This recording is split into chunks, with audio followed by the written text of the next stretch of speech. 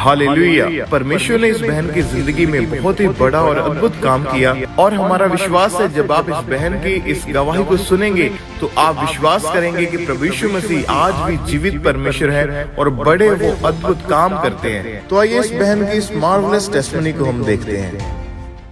Hallelujah, सबको जय मसीह। मेरे नाम गौड़ी है, मैं दिल्ली के रहने वाली हूँ। आज मैं अपने जीवन की सबसे अद्भुत बड़ी गवाही देने जा रही हूँ। 2012 में मेरी शादी हुई। शादी के बाद मैं गलत संगति में चली गई क्योंकि मेरी सहेलियाँ जो थी नशे व्यभिचार में थी और उसके संगति के कारण मैं व्यभिचार में चली गई। घर वालों को पता लगा तो मुझे बहुत समझाया, बोला बेटा ये काम मत करो। बहुत समझाते थे क्योंकि तुम शादीशुदा हो, यदि ये काम करोगे तो भाई घर वाले छोड़ देंगे। उसके बाद मेरे पति के भी पता लग गए, ससुराल वाले के भी पता लग गए। वो लोग बहुत समझाए मुझे, लेकिन मैं किसी की बातों में नहीं आती थी। मेरे पति समझाने की बहुत कोशिश किया लेकिन मैं समझ नहीं रही थी कि उसके बाद फिर लड़ाई झगड़ा बहुत घर में कलेश होने लगी। इसी के कारण मेरे 2016 में डिवोर्स हो गए पति पत्नी में। वो मुझसे अलग हो गए, मैं भी अलग हो गए। जब मेरे पति पत्नी में डिवोर्स हो गया था तो मैं अपनी मैके आ गई थी। अकेली महसूस करती थी, मैं किसी के बात पसंद नहीं करती थी। घर में रहना भी अच्छा नहीं लगता था मुझे। समझ में नहीं आ रही थी मैं करूँ क्या और कहाँ जाऊँ, समझ में नहीं आ रहे थे। घर वाले मुझे अलग कर दिए, बोला हम जब वो ससुराल वाले तुझे छोड़ दिया तो मैं भी नहीं रख पाऊँगी क्योंकि हमारे बस के नहीं है, हमारी समझ से बाहर है। मैं छोटा सा लड़का लेके, मुझे ये नहीं समझ में आ रहा था दिल्ली है कहाँ और कौन कौन में दिल्ली है, मुझे नहीं समझ में आई। जब लड़का को लेके मैं ट्रेन में बैठ गई, ट्रेन में भटक रही थी, जाना कहाँ है किधर नहीं जाना है, मुझे कुछ समझ में नहीं आ रहे थे। जब मैं दिल्ली आई, जॉब करना चालू किया, फिर जॉब पे जब जाने लगी तो कंपनी में बहुत औरतें सब नशा करती थी भाइयों सब। तो बोला मैं गुमसुम रहती थी बहुत। तो धीरे धीरे सारे बहनों पूछने लगी से तुम्हारे इतना गुमसुम क्यों रहते हो। तो मैं बोली अपनी मतलब अपने बारे में बताने लगे, ऐसे बात है। तो बोला कोई बात नहीं, तुम नशा करोगे ना तो तुम्हारे जीवन से जो टेंशन है ना वो फ्री हो जाओगे। उनके कहने पर मैं पहली बार शराब के नशा किया था। नशा करने के बाद जब मैं नशा करती थी ना तो मुझे ये नहीं पता लगता था मैं हूँ कहाँ पे। मेरे लड़का कहीं और हो, मैं कहीं और हूँ। लेकिन सब कहते थे पीने के बाद ना सब कुछ भूल जाते, लेकिन मुझे कुछ भूल नहीं पा रही थी क्योंकि और ज़्यादा मेरी डिप्रेशन बढ़ती जा रही थी। क्योंकि मैं ये चीज़ देख रही थी ना, मैं सोचती थी सब कहते नशा करने से ये चीज़ से फ्री हो जाते, लेकिन मैं फ्री नहीं हो पा रही थी। फिर धीरे धीरे मेरी नशा बढ़ती गई। बियर फिर पीने लगी, चुपके से सिगरेट पीने लगी। और जब मैं नशा उतरते मैं अकेले रूम में जाके रोती रहती थी। मैं कहती थी मेरी लाइफ ऐसे जिएगा कि घर वाले भी छोड़ दिए, ससुराल वाले भी छोड़ दिए, पति डिवोर्स ले लिया, लेकिन मेरी लाइफ ऐसी रहेगी क्या, मेरी ज़िंदगी ऐसी रहेगी क्या। मैं ये सोचती थी अपने बच्चे के बारे में। मैं ये नशा कर रही हूँ, मैं व्यभिचार कर रही हूँ, मेरी स्थिति ये हाल है तो मेरा लड़का क्या होगा, मेरे लड़का भी मेरे देख के करने लगेगा। मैं निकलना चाहती थी लेकिन निकल नहीं पा रही थी चीज़। 2-3 साल के बच्चे थे, मुझे ये भी सोचने रहते थे मेरे लड़का कहाँ है, कहाँ पर हुआ, मैं कहाँ पर ही हूँ। क्योंकि खाने के लिए मैं तड़पती रहती थी। मुझे ये भी नहीं लगता था मेरा क्या खाओ क्या नहीं खाओ। रोटी के लिए दाने के लिए मैं तड़पती रहती थी। ऐसी ज़िंदगी मेरी हो गई थी नशे के कारण, व्यभिचार के कारण। मैं फ्री होना चाहती थी लेकिन फ्री नहीं हो पा रही थी। लोगों के साथ लड़ती थी, चोरी भी करने लगी, जेब काटने लगी थी, मैं पैसों से छीनने लगी थी रास्ता पर चलते फिरते। ऐसे नशे के कारण मैं नशा करने लगूँ, मतलब ऐसे करूँगी तो मेरे बच्चे पल जाएगा, पैसे आ जाएंगे हाथ में। इसके कारण मैं बहुत डिप्रेशन में आ गया तो मुझे कुछ समझ में नहीं दिखाई। एक दिन मैं फ़ोन पे ऐसे यूट्यूब चला रही थी तो एकदम शंकुरनला मिनिस्ट्री का वीडियो आ गया। फिर लोग नशे का गवाही दे रहे थे, डिप्रेशन की गवाही दे रहे थे। बहुत ऐसी गवाही सुन रही थी मैं। लोग बेघर थे, बहुत ऐसे टूटे घर, बिखरा हुआ घर, लोगों को परमेश्वर जोड़ दिया, ये सब मैं सुन रही थी, देख रही थी। जैसे मैं वीडियो को देखते गई मेरे अंदर से बहुत सारी शांति मिलती थी, इतनी शांति मिलती थी ना। फिर मैं धीरे धीरे मेरे अंदर एक चाहत सी भर गई से मैं एक बार खामरा चर्च जाऊँ और देखूँ। 2018 को खामरा चर्च आई मैं। फिर उस दिन प्रभु के दास ने प्रार्थना की और नशे की आत्मा को डांटा। मैं नशे की आत्मा को डांटता हाँ। आई रिब्यूक दैट स्पिरिट। और नशे का आत्मा चला जाए। जड़े आमीन बोल रहे हो, रिसीव कर रहे इस पावर नु। आई तो नशा करने दिल तरह नहीं करेगा तो कर नहीं पाऊंगे। ताड़ी बॉडी डिफरेंट रिएक्ट करेगी परमेश्वर का आत्मा में दस रहे हैं। और नशा तेरे अंदर नहीं जाएगा। आई तो ताड़ी बॉडी ने मैं सील करदा परमेश्वर के ब्लड के नीचे।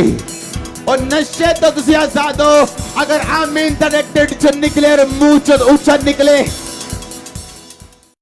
उस पेड़ के विश्वास के साथ मैंने ग्रहण किया और उसी टाइम मुझे उल्टी आई।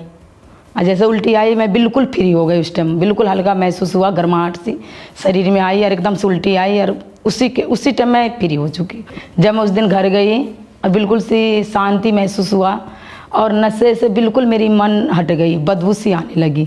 अब मैं नशे से, बेविचार से, डिप्रेशन से, हर एक तरह के प्रॉब्लम से मैं बिल्कुल फ्री हो चुकी हूँ। अभी मैं प्रभु को अपना जीवन दे चुकी हूँ और मैं बहुत ब्लेस हूँ। नशे से, बेविचार से, डिप्रेशन से, हर एक प्रॉब्लम से परमेश्वर मुझे आज़ाद किया। मैं बिल्कुल फ्री हूँ।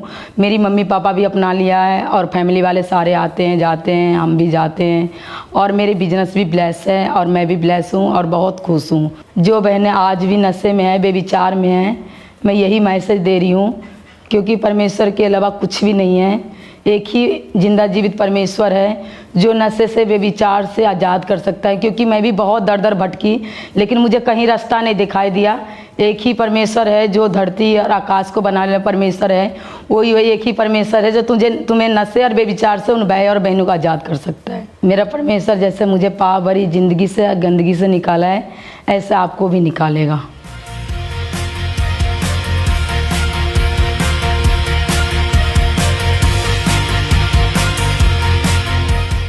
मैं इस बड़ी छुटकारे के लिए परमेश्वर को धन्यवाद देती हूँ और परमेश्वर के दास और दासिन के भी धन्यवाद देती हूँ।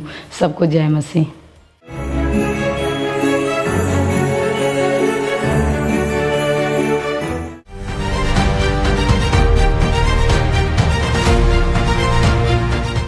जैसे कि हम जानते हैं कि परमेश्वर के लिए कोई भी काम करना कठिन नहीं है। परमेश्वर ये देखते हैं कि आपका विश्वास कितना है और जो कोई उसके ऊपर विश्वास करता है वो परमेश्वर की महिमा को देखता है। और परमेश्वर ने इस बहन की जिंदगी में बहुत ही बड़ा और अद्भुत काम किया। तो आइए इस बहन के जीवन में हुए अद्भुत काम को देखते हैं।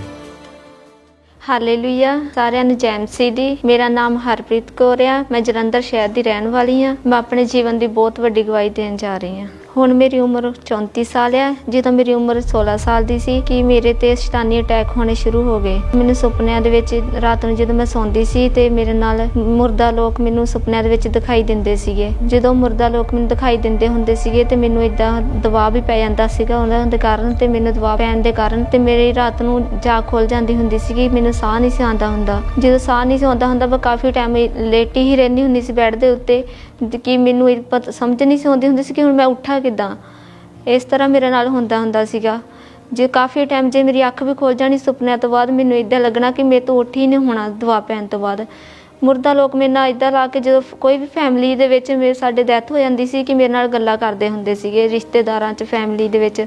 ਉਹਨਾਂ ਦੇ ਕਾਰਨ ਗੱਲਾਂ ਕਰਨ ਦੇ ਕਾਰਨ ਮੇਰੇ ਨਾਲ ਘਰ ਦੇ ਵਿੱਚ ਮੇਰਾ ਸੁਭਾਅ ਜਿਹੜਾ ਸੀਗੀ ਬਹੁਤ ਹੀ ਇੱਦਾਂ ਦਾ ਹੋ ਗਿਆ ਸੀ ਕਿਸੇ ਨਾਲ ਮੈਂ ਗੱਲ ਨਹੀਂ ਕਰਦੀ ਹੁੰਦੀ ਸੀਗੀ। ਜਦੋਂ ਮੈਂ ਸਵੇਰੇ ਉੱਠਦੀ ਹੁੰਦੀ ਸੀ, ਜਦੋਂ ਮੈਨੂੰ ਇਹ ਅਟੈਕ ਹੁੰਦੇ ਸੀ ਸੁਪਨਿਆਂ ਦੇ ਵਿੱਚ, ਜਦੋਂ ਮੁਰਦਾ ਲੋਕ ਮੈਨੂੰ ਦਿਖਾਈ ਦਿੰਦੇ ਸੀ ਤਾਂ ਜਦੋਂ ਮੈਂ ਸਵੇਰੇ ਉੱਠਦੀ ਹੁੰਦੀ ਸੀ ਕਿ ਮੇਰੀ ਬੋਡੀ ਬਹੁਤ ਹੀ ਜ਼ਿਆਦਾ ਭਾਰੀ ਰਹਿੰਦੀ ਸੀਗੀ ਅਤੇ ਮੈਂ ਸਵੇਰੇ ਕੰਮ ਕਰਨ ਨੂੰ ਵੀ ਮੇਰਾ ਮਨ ਨਹੀਂ ਕਰਦਾ ਹੁੰਦਾ ਸੀਗਾ ਕਿ ਸਾਰਾ ਦਿਨ ਮੈਂ ਲੇਟੀ ਹੀ ਰਵਾਂ ਅਤੇ ਕੋਈ ਕੰਮ ਨਾ ਕਰਾਂ। ਇੱਦਾਂ ਹੀ ਲੱਗਦਾ ਰਹਿੰਦਾ ਹੁੰਦਾ ਸੀ ਮੈਨੂੰ। ਫਿਰ ਕੁਛ ਸਮੇਂ ਬਾਅਦ ਹੀ ਮੇਰੇ ਘਰਦਿਆਂ ਨੇ ਮੇਰੀ ਮੈਰਿਜ ਕਰ ਦਿੱਤੀ। ਜਦੋਂ ਮੇਰੀ ਮੈਰਿਜ ਕਰ ਦਿੱਤੀ ਅਤੇ ਉੱਥੇ ਜਾ ਕੇ ਵੀ ਮੇਰਾ ਸੁਪਨਿਆਂ ਦੇ ਵਿੱਚ ਮੈਨੂੰ ਮੁਰਦਾ ਲੋਕ ਦਿਖਾਈ ਦਿੰਦੇ ਸੀਗੇ। ਇਹਨਾਂ ਅਟੈਕਸ ਦੇ ਕਾਰਨ ਮੈਨੂੰ ਬਹੁਤ ਜ਼ਿਆਦਾ ਗੁੱਸਾ ਆਉਂਦਾ ਹੁੰਦਾ ਸੀ।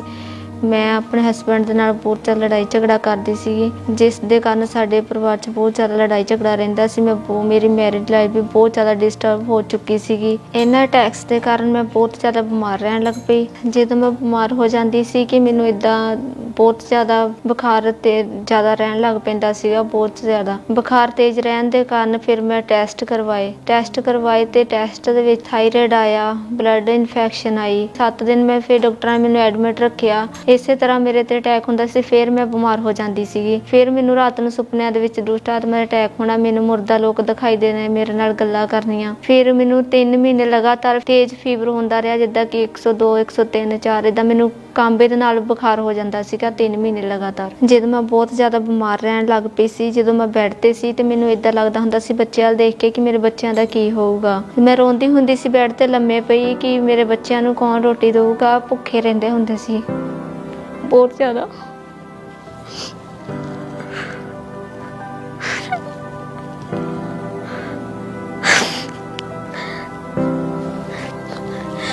ਜਦੋਂ ਬੱਚਿਆਂ ਨੂੰ ਦੇਖਦੀ ਹੁੰਦੀ ਸੀ ਤੇ ਵੀ ਮੈਂ ਆਪਣੇ ਪਰਿਵਾਰ ਚੋਂ ਕਿਸੇ ਨੂੰ ਸੱਦਦੀ ਹੁੰਦੀ ਸੀ ਕਿ ਮੰਮੀ ਤੁਸੀਂ ਆਓ।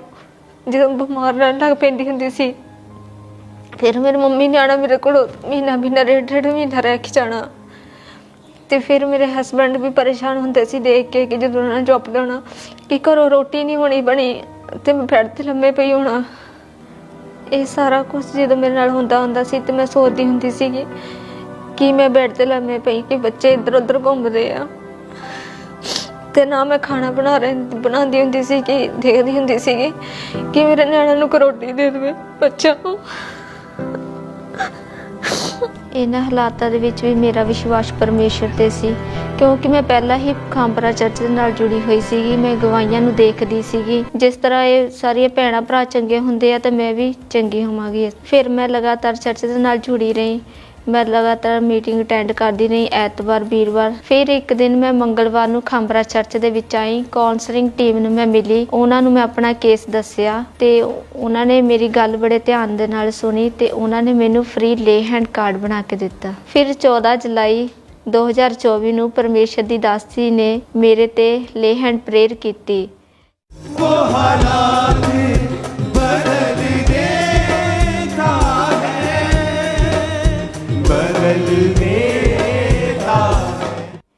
ਜਦੋਂ ਉਹਨਾਂ ਨੇ ਮੇਰੇ ਸਿਰ ਤੇ ਸਾਮਰਥੀ ਹੱਥ ਰੱਖਿਆ ਤੇ ਮੈਨੂੰ ਇਦਾਂ ਲੱਗਾ ਕਿ ਮੇਰੇ ਸਿਰ ਤੋਂ ਕੋਈ ਚੀਜ਼ ਗਈ ਆ ਤੇ ਮੈਨੂੰ ਬਹੁਤ ਹਲਕਾਪਨ ਮਹਿਸੂਸ ਹੋਇਆ। ਮੈਨੂੰ ਇਦਾਂ ਲੱਗਾ ਕਿ ਮੈਨੂੰ ਕੋਈ ਚੀਜ਼ ਛੱਡ ਕੇ ਗਈ ਆ। ਉਸ ਪ੍ਰਾਰਥਨਾ ਤੋਂ ਬਾਅਦ ਜਦੋਂ ਮੈਂ ਘਰੇ ਗਈ ਆ, ਰਾਤ ਨੂੰ ਮੈਂ ਜਾ ਕੇ ਸੁੱਤੀ ਆ, ਮੇਰੇ ਤੇ ਕੋਈ ਸ਼ੈਤਾਨੀ ਅਟੈਕ ਨਹੀਂ ਹੋਇਆ, ਕੋਈ ਦਬਾਅ ਨਹੀਂ ਪਿਆ, ਕੋਈ ਸੁਪਨੇ ਦੇ ਵਿੱਚ ਮੈਨੂੰ ਕੁਝ ਮੁਰਦਾ ਲੋਕ ਨਹੀਂ ਦਿਖਾਈ ਦਿੱਤੇ, ਕੋਈ ਸੱਪ ਨਹੀਂ ਦਿਖਾਈ ਦਿੱਤਾ, ਕੋਈ ਇੱਦਾਂ ਦਾ ਮੇਰੇ ਤੇ ਅਟੈਕ ਨਹੀਂ ਹੋਇਆ। ਜੋ ਵੀ ਮੈਨੂੰ ਅਟੈਕ ਹੁੰਦਾ ਸੀ, ਬਿਮਾਰੀਆਂ ਸੀ ਮੇਰੇ ਅੰਦਰ, ਹਰ ਇੱਕ ਬਿਮਾਰੀ ਮੈਨੂੰ ਛੱਡ ਕੇ ਗਈ। ਹਰ ਇੱਕ ਫੀਵਰ, ਥਾਇਰਾਇਡ, ਹਰ ਇੱਕ ਤਰ੍ਹਾਂ ਦੀ ਬਿਮਾਰੀ ਮੈਨੂੰ ਛੱਡ ਕੇ ਗਈ। ਜਿਹੜੇ ਕੰਮ ਮੈਂ ਪਹਿਲਾਂ ਨਹੀਂ ਕਰ ਸਕਦੀ ਸੀਗੀ, ਮੈਂ ਆਪਣੇ ਬੱਚਿਆਂ ਨੂੰ ਖਾਣਾ ਨਹੀਂ ਬਣਾ ਕੇ ਦਿੰਦੀ ਸੀਗੀ, ਉਹ ਸਾਰੇ ਕੰਮ ਮੈਂ ਹੁਣ ਕਰਦੀ ਹਾਂ। ਆਪਣੇ ਬੱਚਿਆਂ ਨੂੰ ਖਾਣਾ ਵੀ ਬਣਾ ਕੇ ਦਿੰਦੀ ਹਾਂ, ਉਹ ਸਾਰੇ ਕੰਮ ਕਰਦੀ ਹਾਂ। ਜਿਹੜੀ ਮੇਰੀ ਮੈਰਿਜ ਲਾਈਫ ਡਿਸਟਰਬ ਸੀ ਉਹ ਸਾਰੀ ਸਹੀ ਹੋ ਗਈ ਆ।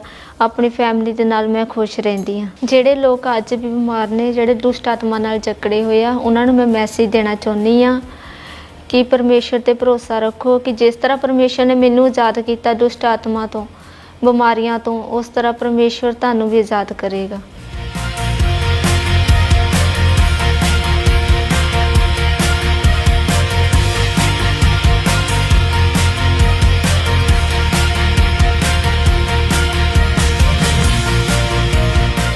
ਮੈਂ ਇਸ ਵੱਡੀ ਚੰਗਿਆਈ ਦੇ ਲਈ, ਆਜ਼ਾਦੀ ਲਈ ਪ੍ਰਭੂ ਦਾ ਧੰਨਵਾਦ ਕਰਦੀ ਹਾਂ। ਪਰਮੇਸ਼ਰ ਦੇ ਦਾਸ ਦਾਸੀ ਦਾ ਧੰਨਵਾਦ ਕਰਦੀ ਹਾਂ। ਸਾਰਿਆਂ ਨੂੰ ਜੈ ਮਸੀਹ ਦੀ। तारीफ करें सब जोर से तालियों के साथ, जोर से जीवित परमेश्वर के नाम को मेहमान उसकी तारीफ करें।